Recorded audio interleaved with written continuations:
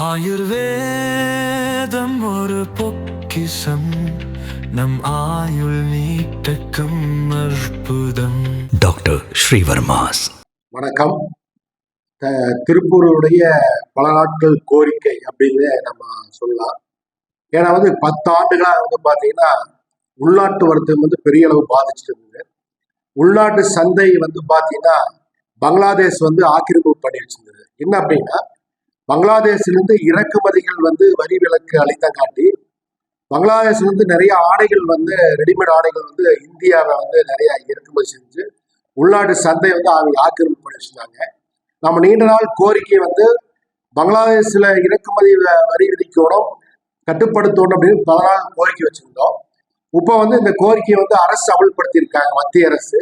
அதுக்கு மத்திய அரசுக்கு ஜவுளித்தொழில் துறை சார்பாகவும் திருப்பூர் ஏற்றுமதியாளர் மற்றும் உற்பத்தியாளர் சங்கத்தின் சார்பாகவும் நன்றியை தெரிவித்துக் கொள்கிறோம். ஏன்னா உள்நாட்டு வர்த்தகம் அப்படிங்கிறது திருப்பூருடைய முதுகெலும்பா இருக்கு. இன்னைக்கு பாத்தீங்கன்னா ஒரு காலத்துல கொரோனா காலகட்டத்துல எக்ஸ்போர்ட்ல குறைந்த நேரத்துல திருப்பூரை பாதுகாத்திருந்தது உள்நாட்டு வர்த்தகம். உள்நாட்டு வர்த்தகம் பாத்தீங்கன்னா 35,000 கோடி நாம் பண்ணிட்டு இருக்கிறோம். ஏற்றுமதி 40,000 கோடி பண்ணிட்டு இருக்கிறோம். அதாவது ஏற்றுமதிக்கு இணையா உள்நாட்டு வர்த்தகம் பெரிய அளவு இருக்கு. இந்தியா அப்படிங்கிறது 140 கோடி மக்கள் தொகை கொண்ட பெரிய நாடு.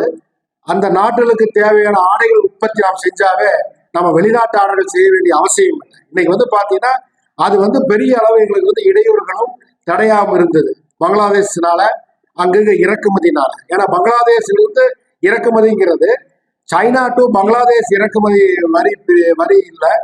அதே மாதிரி பங்களாதேஷ் இந்தியாவுக்கு வரி இல்லை அப்படிங்கும் போது சைனாவுடைய ஆடைகளும் பங்களாதேஷ் ஆடைகளும் இந்திய சந்தையை முழுமையாக ஆக்கிரமிப்பு பண்ணி வச்சிருந்தது. இப்ப அந்த தடை நீக்கப்பட்டுள்ளது. இனி வரும் காலங்களில் உள்நாட்டு வர்த்தகம் 35,000 கோடி அப்படிங்கிறது 50,000 கோடி அளவு நாம் இலக்க தொடர மாதிரி ஒரு சூழல் இருக்கு. லட்சக்கணக்கான பேருக்கு வேலை வாய்ப்பு அமையக்கூடிய வாய்ப்பு இருக்கு. இதுக்கு மத்திய அரசுக்கு மீண்டும் நன்றி நான் தெரிவித்துக் கொள்கிறேன்.